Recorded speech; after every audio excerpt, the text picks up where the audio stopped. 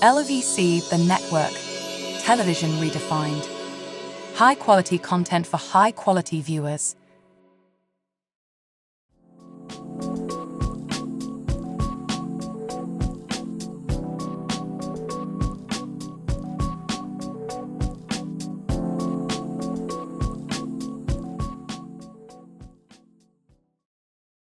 Well, first and foremost, I want to welcome you to Members Only. Gary with the T is in the building. What an honor. Thank you, thank you. It's a nice pleasure to be here. When you say for Members Only, I was thinking about my clothes, but that's talking about the old school jacket. Yeah. Members Only. Members Only by Addison Sweet. But thank you for being here. You are the world's busiest, man. Like, you got a lot going on, Gary. Whole lot. I have a lot, but like I tell people that there's still 24 hours in the day. When people say, "Well, I was busy," girl, it's 24 hours in the day. You can take out 1 of the minutes, to do what you want to do. So I'm busy, but I'm not that busy. I can dig it. So that's how I like to say. Did you bring some tea today? I bought some. Did I bring some tea? Even though you have tea every day, all day, but did you Yeah, bring us some tea? Yeah. But this tea is laced with prune juice. Ooh. Yes. So it's gonna make you run. God, I haven't had prune juice since I was a child. Really? Yeah. Neither have I. But mostly we had casserole. I remember that. Yeah, casserole was good. Yeah, my grandma used to give me that too. Do you love what you do? You know what? I really do. I think when I was like in junior high school, and me and my friend Patsy, we were talking on the phone. We talking, "Oh, we're gonna be movie stars, or we're gonna do this. We're gonna live next door to each other in Hollywood." That was funny that we talked like that, but it happened for me. But Patsy, she became a housewife and had kids or whatever and stuff like that. But I like my job, but my job is not all what people think it is, honey, because you have some stressful days, and you work with some stressful people, and you have to really have thick skin, to especially work with Rickey Smiley. Got it. And my skin is thick, so I don't let nothing bother me. You'll think about some things, but but I don't.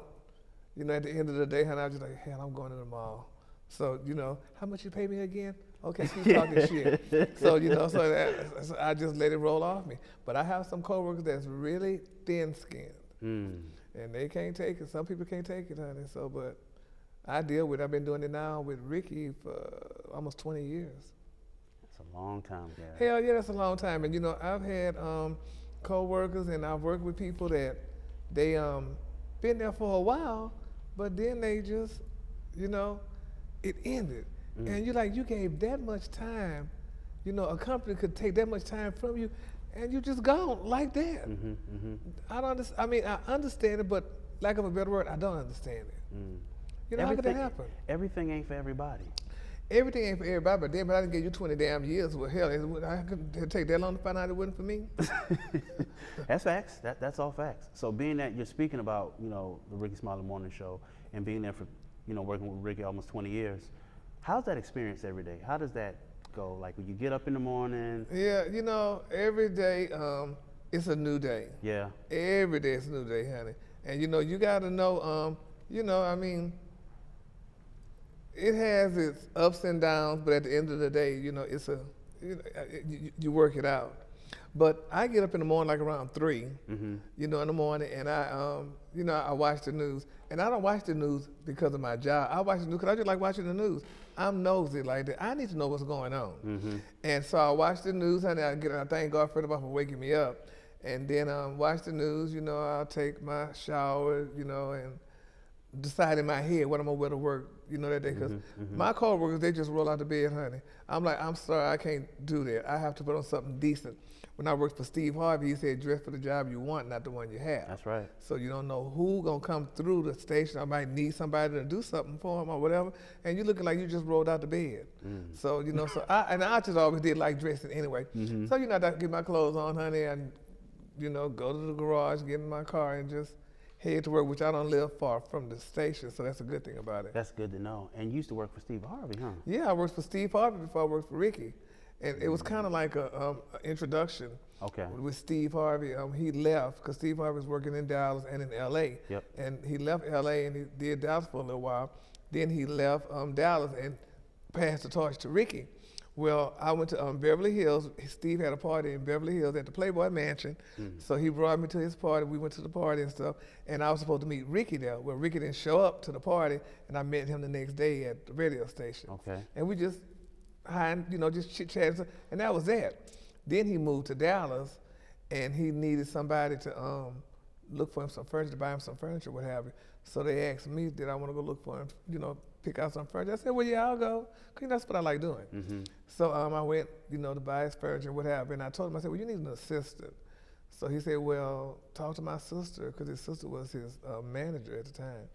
So I spoke with her, and we talked, and asked me how much would I charge. I'm like, well, I don't know. So I asked my friend Jada, I said, well, how much I should charge him?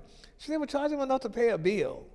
So I said, oh, okay. So, I charged him, and I would tell you what I charged him, but this is on tape. But anyway, but he paid me anyway, honey. I was making pennies, and I had a phone to my ear and one to my ass, because he worked the shit out of me. But I liked doing it. I liked doing what I did. I loved doing it, buying furniture and being his assistant and stuff. It was fun. And I did that for 7, 8 years. Okay. Yeah, I worked as an assistant. So let's go down the list here. So you're on Rickey Smiley Morning Show, Dish Nation, Gary's Tea, and there I said it. Yep, I have 2 podcasts. How do you manage all of these opportunities? Easy. Because this is the honest truth now. If I could be honest, I could, this is the deal. I work 9 minutes a day, technically, on the Rickey Smiley Show. I do each segment, I do 3 segments, 3 minutes a day. Okay. 3 minutes a segment. So that's 9 minutes. Right. So I'm just there, I chime in, but technically I work 9 minutes on that show. Then Dish Nation, I get off the radio, I go upstairs and I tape Dish Nation. That's an hour. I do that for an hour and a half. And that's 2 jobs that make decent money. And then I go home and do my podcast. That's 30 minutes. Oh, you. So, so. You good. Yeah, so it's not long. I mean, it's, you do, and the good thing about it is I'm doing everything in the same thing, along the lines of what I do. Gossip. Entertainment reporting. And Dish Nation is in the same building? Well, radio is on 12, Dish Nation is on the 34th. That's amazing. So I take an hour break between shows. After we get off around 9:30, 10 o'clock. I'll go take an hour break in our little lounge, honey, lay down and think about all kind of crazy stuff. Then go upstairs and do Dish. And it's an easy, fun job, and I like it. How long you been on Dish? 12 years. We've been here 12 years, and I've been here 12 years. I've been in Atlanta 12 years. I moved here for the show, because the show moved here.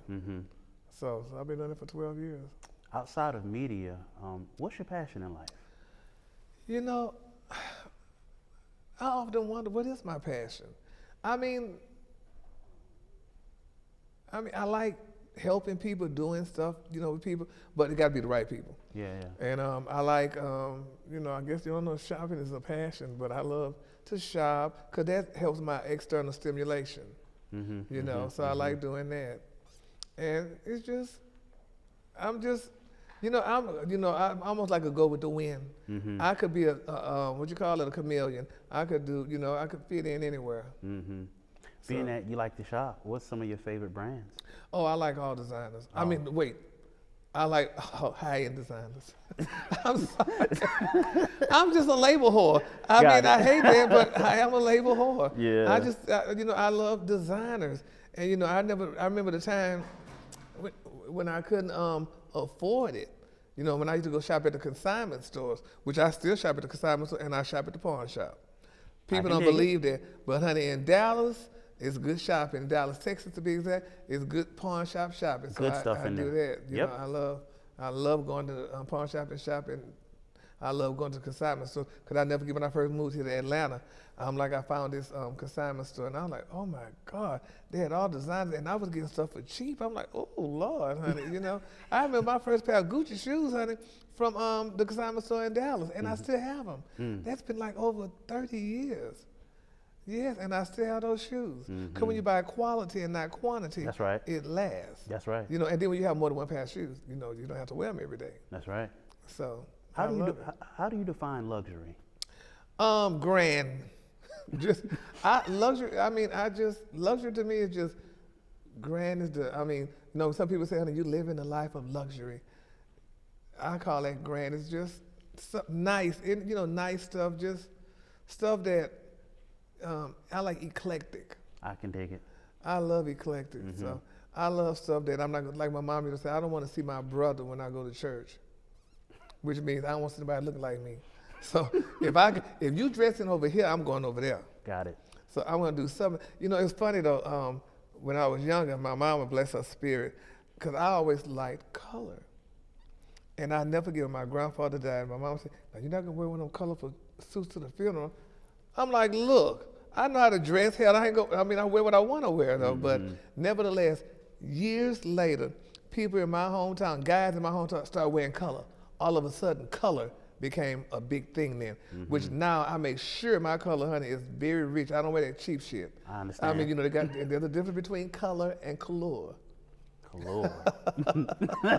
That's why I do the color of the day, honey, on the show. When people say, well, what's the color of the day? I say, honey, the color and the color is different. I say, people with money have color. People, that's like myself, we have color.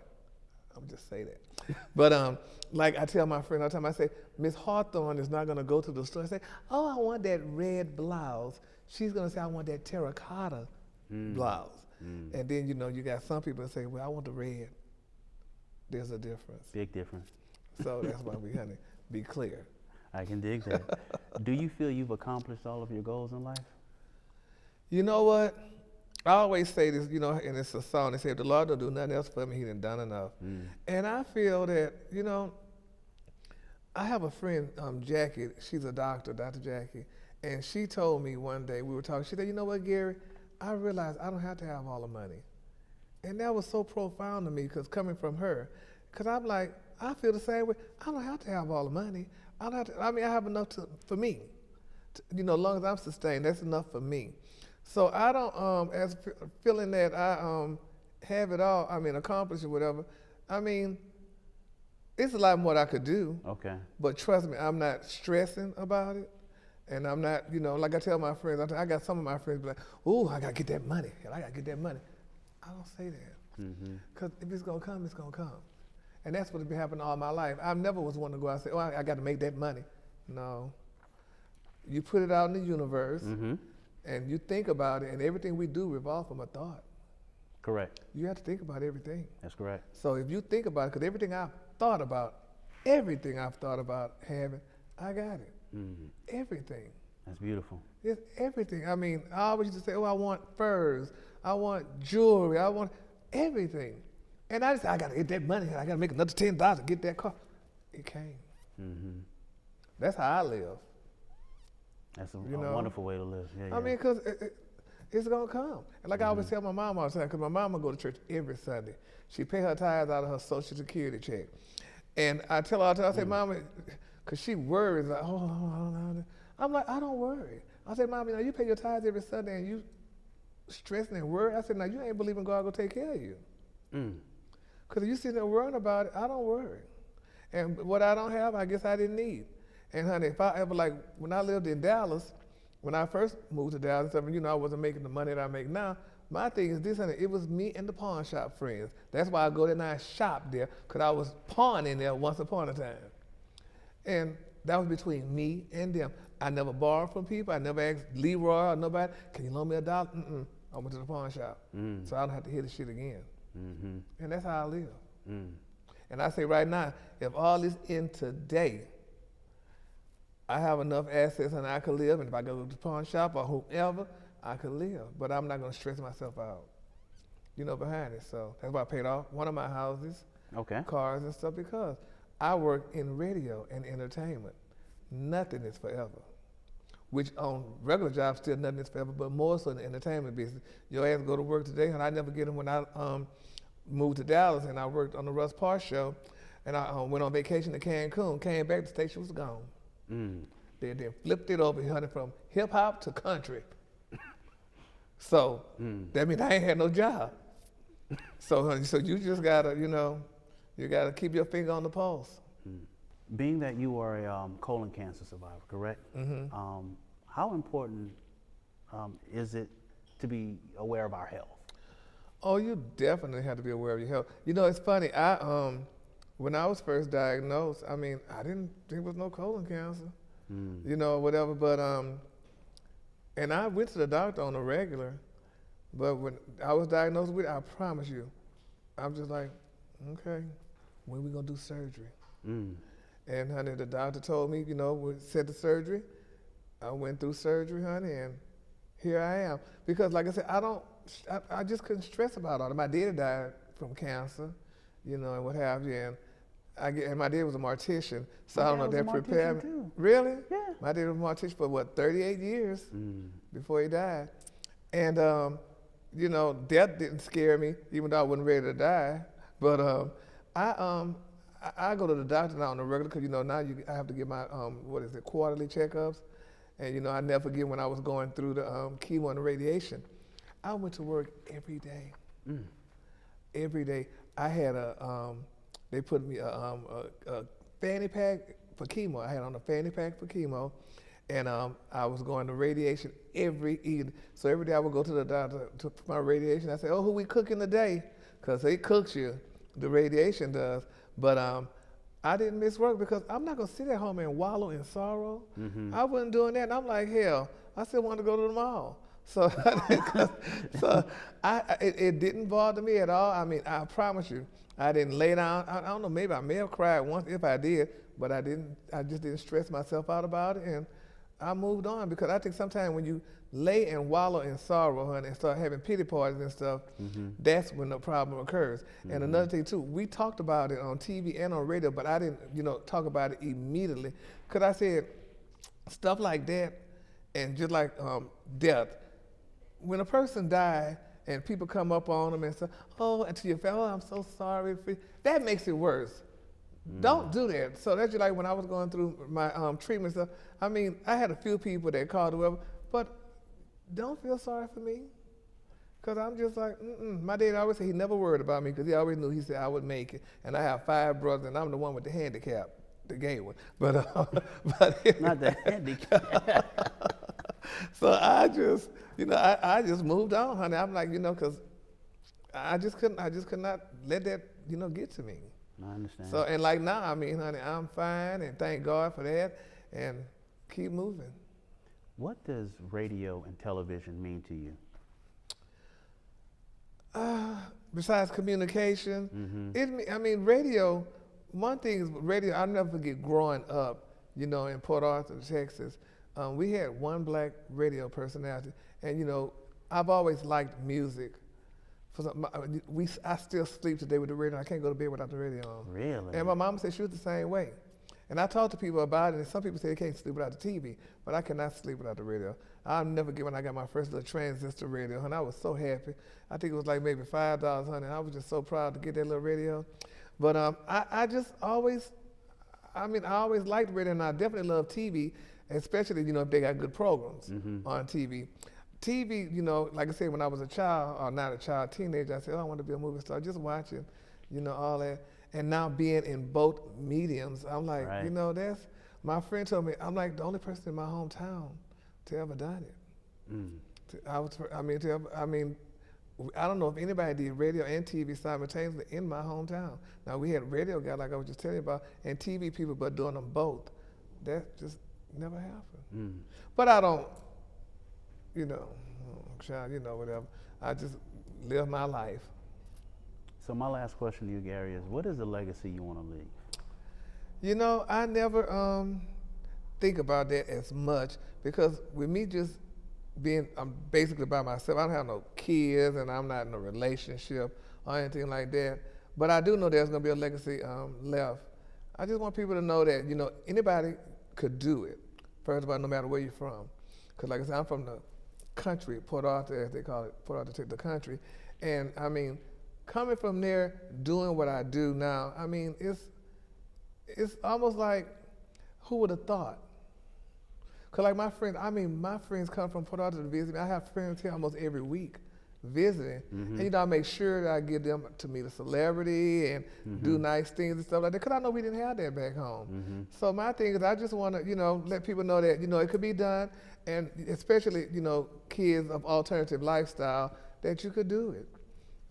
I tell people all the time that my thing is, like I told Ricky when I first started working with him, I said, okay, now me and you are two different people. Now you on this spectrum and I'm on this spectrum. So, we got to make that very clear. So, and he understood that, and they know it, because just because I have an alternative life, I don't want you to think that, I'm going to be just snapping punk or, and all this other stuff that comes along with that, because that's 1% of me, and I still have 99 more percent. I'm a man first, alternative second. So we just have to be very clear about those things, and, I would be respected just like I respect them. And it's funny that they're about to honor me in my hometown. We have a little museum out there, and they're gonna put me in the museum. You've made the museum. Yeah, and that's something. Made the little museum along with Janis Joplin and Jimmy Johnson, because they both from Port Arthur. Really? Yeah, and some more of the football players and stuff like that. So yeah, so I'm excited about it. So I'm trying to debate which suit I'm going to give them to put in the museum. And we know it's going to be fabulous. It's going to be fabulous. And Queen will is. Yeah. Gary, we thank you so much for being here. You're officially a member now. You know that, right? Oh, well, thank you. Yes, I'm official. Yes, you are. And the best is yet to come. Anything we can do to add value to you and your brand and pour into you, we are here for it. Well, I appreciate it. I thank you. And thank you for having me. And thank you for the whole setup today. All the cast, and your people were great people, honey. Real nice. And I really appreciate it and enjoy it. And we thank you for being a part of Members Only and the Addison Suite magazine. Can't wait for that issue to release. Yes, honey. The best is yet to come. And I want to give a shout out to my publicist, Miss Leslie Tops. Leslie is the best. Yes, Leslie's the best, and she's full of shit, but she good. But I really appreciate this, though. It's really nice, and I cut my shopping day short. You'll make up for it tomorrow. Oh yes, so definitely will. So. And please go to Saks and see Miss Chanel, please. Oh yeah, honey, I got to. Miss Chanel better come with some good cologne. She's got that work. Okay. Thank you, Gary. Thank you. All right.